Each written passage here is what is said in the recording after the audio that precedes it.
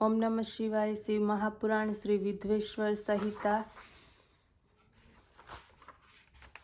अध्याय 6 ब्रह्मा અને વિષ્ણુ યુદ્ધ। શ્રી નંદિકેશ્વરે કહ્યું, એક વાર વિષ્ણુ શ્રી લક્ષ્મીની સાથે શેષશૈયા પર શયન કરતા હતા ત્યારે બ્રહ્મ દેવતાઓમાં શ્રેષ્ઠ બ્રહ્માજી ત્યાં જઈ પહોંચ્યા। વિષ્ણુને કહેવા લાગ્યા કે હે પુત્ર, ઊભો થા, તું જોતો ખરો, તારો ભગવાન તેવો હું આવ્યો છું। આ સાંભળીને વિષ્ણુને મનમાં તો ક્રોધ આવ્યો, પરંતુ એને તેમણે પ્રગટ ન કર્યો। તેમણે બ્રહ્માને કહ્યું કે હે પુત્ર, તમારું કલ્યાણ થાઓ, આવો બેસો, હું તમારો પિતા છું, તમારું મુખ કેમ વાંકું થઈ ગયું છે? આ વાત ઉપર બ્રહ્માજીએ કહ્યું કે સમયને કારણે તમને અભિમાન આવ્યું છે। હે પુત્ર, હું તમારો રક્ષક અને સમસ્ત જગતનો પિતામહ છું।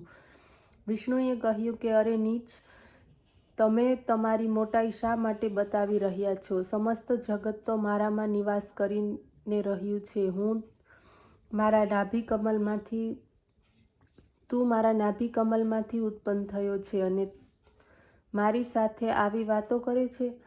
ત્યારે આ પ્રકારે રજોગુણથી મુગ્ધ આ બંને મહાનુભાવોમાં વિવાદ થયો। બંને પોતપોતાના પ્રભુ કહેવા લાગ્યા અને એકબીજાને મારવા તૈયાર થયા। બંને વચ્ચે યુદ્ધનો પ્રારંભ થયો। હંસ અને ગરુડ પર બેઠેલા બંને દેવતાઓ પરસ્પર યુદ્ધ કરવા લાગ્યા, તેમના વાહન પણ લડવા લાગ્યા।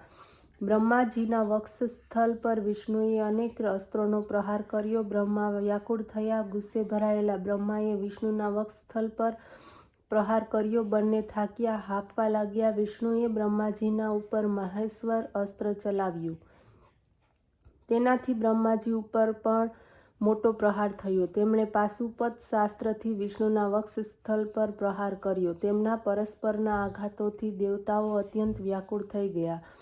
તે કહેવા લાગ્યા કે આપ બંને અરાજકતા ઉત્પન્ન કરો છો। આ બધી સૃષ્ટિ શિવની છે। ત્રિશૂલને ધારણ કરનાર તેમની ઈચ્છા સિવાય અહીં પાંદડું ક્યાં ચાલે છે અને અમે લોકો શિવની પાસે જઈએ છીએ। આ પ્રમાણે કહીને દેવતાઓ ચંદ્રશેખર શ્રી મહાદેવજીની પાસે ગયા। મહાદેવજીને પોતાની સભામાં ઉમા સહિત મણિમય દિવ્ય સિંહાસન ઉપર બિરાજમાન હતા। દેવતાઓએ સાષ્ટાંગ દંડવત પ્રણામ કર્યા। અધ્યાય 7 શિવ નિર્ણય। તેમને દેખીને મહાદેવજી ગંભીર વાણીથી કહેવા લાગ્યા, હે પુત્રો, તમે કુશળ તો છો ને? મેં સાંભળ્યું છે કે બ્રહ્મા અને વિષ્ણુ પરસ્પર યુદ્ધ કરી રહ્યા છે અને તેથી તમે ઘણા દુઃખી છો। હું મારા ગણોની સાથે આવું છું, તમે ભય ન પામશો। આ પ્રમાણે કહીને શિવજીએ પોતાના 100 ગણોને ત્યાં જવાની આજ્ઞા આપી અને સ્વયં ભદ્ર રથ ઉપર આરૂઢ થયા। દેવતાઓની સાથે સ્વયં ઇન્દ્ર પણ તેમની સાથે આવ્યો। ત્યાં પહોંચીને શિવજી આકાશ મંડળમાં છુપાઈને બ્રહ્મા અને વિષ્ણુનું યુદ્ધ જોવા લાગ્યા। શિવજીએ જોયું કે બ્રહ્મા અને વિષ્ણુ પરસ્પર એકબીજાના વધની ઈચ્છાથી મહેશ્વર અને પાશુપત અસ્ત્રનો પ્રયોગ કરી રહ્યા છે, જેના પ્રયોગથી ત્રૈલોક્યમાં ભય ઉત્પન્ન થશે, ત્રૈલોક્ય ભસ્મ થશે। ત્યારે પ્રલયના આ રૂપને જોઈને નિરાકાર શિવજીથી રહેવાયું નહીં। તેમના યુદ્ધને શાંત કરવા માટે મહાઅગ્નિના સમાન એક સ્તંભ રૂપે બંનેના વચમાં જઈને ઊભા રહ્યા। પછી તો તે મહાઅગ્નિ પ્રગટ થતાં જ બંનેના અસ્ત્રો આપોઆપ જ શાંત થઈ ગયા। આ અદ્ભુત દ્રશ્ય યુદ્ધ કરતા વિષ્ણુ અને બ્રહ્માએ જોયું। બંને પરસ્પર કહેવા લાગ્યા, આ ઇન્દ્રિયાતીત અગ્નિ સ્વરૂપ સ્તંભ શું છે? આપણે તેનું મૂળ શોધવું જોઈએ। આ પ્રમાણે નિશ્ચય કરીને ભગવાન વિષ્ણુએ વરાહનું રૂપ ધારણ કર્યું અને ખોજ કરતા નીચે ચાલ્યા ગયા અને બ્રહ્માજીએ હંસનું રૂપ ધારણ કર્યું અને તેઓ ઉપરની તરફ ખોજ આરંભી। વિષ્ણુ પાતાળમાં ઘણે ઊંડે સુધી ગયા, પરંતુ સ્તંભનો તેને કોઈ પતો ન લાગ્યો।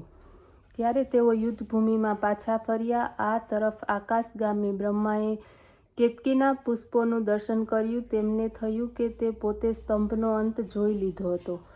તેઓ કેતકીના ફૂલને લઈને વિષ્ણુની પાસે આવ્યા। ત્યારે વિષ્ણુએ તેમના ચરણ પકડી લીધા। બ્રહ્માના કપટને જાણીને મહાદેવજી ત્યાં તત્ક્ષણ પ્રગટ થવું પડ્યું અને વિષ્ણુએ તેમની ચરણ પકડી લીધા। વિષ્ણુની મહાનતાને કારણે મહેશ્વર પ્રસન્ન થયા। તેમણે કહ્યું, હે વિષ્ણુ, તમે મહાન સત્યવાદી છો, તેથી હું તમને પોતાની સમાનતા પ્રદાન કરું છું। ઓમ નમઃ શિવાય।